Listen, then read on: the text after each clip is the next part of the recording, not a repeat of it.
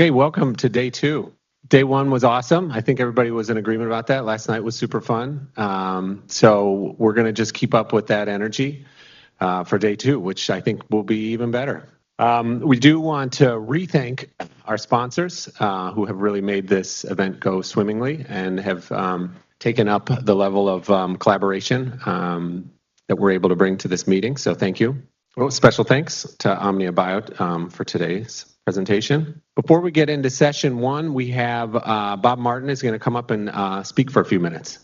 Good morning. Most of you are already aware of a child stricken with brain tumor cancer's journey. So today I thought I would share the journey of a child's grandfather. In the 60s, I was an advocate or activist for racial equality. Back then, the progress was going nowhere.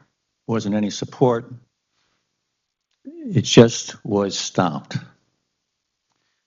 In many ways, it was an orphan injustice. So, and the reason it was an orphan injustice is that our approach to correcting the problem was wrong, and we had a culture that was incorrect. 60 years later, I find myself once again as an activist for another injustice, childhood brain tumor cancer. It was my then 4-year-old granddaughter, Clara, that introduced me to this horrific orphan disease. It was St. Patrick's Day, 2016. She was diagnosed stage 4 glioblastoma. For the next 1.5 years, I traveled the world searching for a cure as I watched the horror and burden my granddaughter and family had to face during this period because of the standard of care treatment. My travel took me to 7 countries. I met with over 100 practitioners. What I learned transformed me from just a grieving grandfather trying to save the life of his granddaughter to once again become an activist. As was the case in the 60s, the problem was the approach we were taking to brain tumor research, cancer treatments, and the culture would not work. The system was broken. I was flawed when I traveled the world and came back and learned that there was not in existence a robust pediatric brain tumor database. How could that be? The #1 killer of children, and we don't have a database for children in our country? Second, not only we didn't have a database, but generative AI, it wasn't in anybody's vocabulary.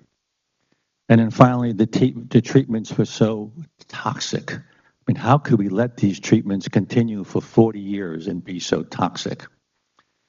And if we were going to create change, the culture had to change.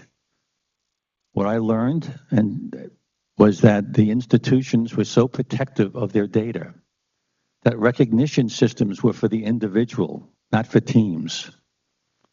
And the return on investment requirement in the pharmaceutical industry limited what they could do. Something had to change. And as a division president of a large multinational corporation, I had a lot of experience dealing with change. So I applied those same skills to trying to change our approach to pediatric cancer research, even though I had no experience in research. In 2017, I started Bridge to a Cure Foundation with the mission to unite and transform the pediatric cancer community's approach to research with the goal of reducing childhood brain tumor cancer deaths 50% by 2030. Our focus was childhood brain tumors, the #1 killer of children in the United States. If we could cure brain tumors by 2030, we will have achieved our goal. Our approach was built on a framework that included data, artificial intelligence, and targeting cancer with non-toxic treatments, such as the immune system, or how do we activate or channel apoptosis and angiogenesis to killing cancers. On October 5th, 2017, about 7 years ago, I met with the then director of the National Cancer Institute, Ned Sharpless, and I presented this exact same framework to him. We spent 1.5 hours in a diner discussing this, and he was totally on board. And 2 years later, CCDI was launched. That was the second brightest moment in my journey. The brightest moment of my journey was connecting with Dr. Adam Resnick, who's right here, and all those working with or for the Children's Brain Tumor Network. If it wasn't for Adam and Jay Storm, who's also here, who in 2009 embarked on a mission to change the system and culture of childhood brain tumor research, I fear that the standard of care treatment would probably have continued for another 40 years. This week, I listened to the presentations highlight the accelerating pace of progress, the innovation, the collaboration, the hunger for data and AI, and increased focus on non-toxic treatments. I became more hopeful that a cure to childhood brain tumor cancer would actually happen by 2030. I want to thank each of you here today from the bottom of my heart for all that you do and at all that you will do. Coincidentally, today is the 7th anniversary of the passing of my granddaughter, Clara. I suspect that she's smiling down, excuse me,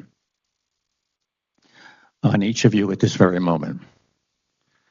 She's also telling me that, although I think my job is done, that it's not. That while our approach and culture is now in the right direction, funding is not adequate. So here I would like to turn to my fellow friends in nonprofits. We need to do the same job of collaborating that the research community is doing now. I think we need to set up a fund for pediatric brain tumor cancer research that follows this same model that Jay and Adam started back in 2009. I am flawed by the amount of reserves that some of these research institutions have. St. Jude, $9 billion. Others, $8 billion, some $5 billion. Sitting there while kids are dying, this is unacceptable. So let's come together. Let's set up a fund. Let's find a way to motivate these institutions. And let's build a database, let's build a fund, 100 million, 500 million, $1 billion. We need an audacious goal. We can make that happen. Now, I'm sneaking up on 80. I have an idea, but I'm not the guy to lead this. But hopefully there's a lot of energy out there. I've met some of you already. Let's make this happen. Thank you very much. So thanks so much, Bob. And, I think we'll dedicate today to your granddaughter and all the others. Bob has been really a champion, and, he's only giving you part of the story. Every single time when we wanted to launch a new initiative, experiment with new ideas, Bob has been one of the most open and engaged partners to drive that innovation. And it's upon every single one of those innovation frameworks that then we were able to build and expand with other partners. So Bob has been a true catalyst of change, and we are all grateful.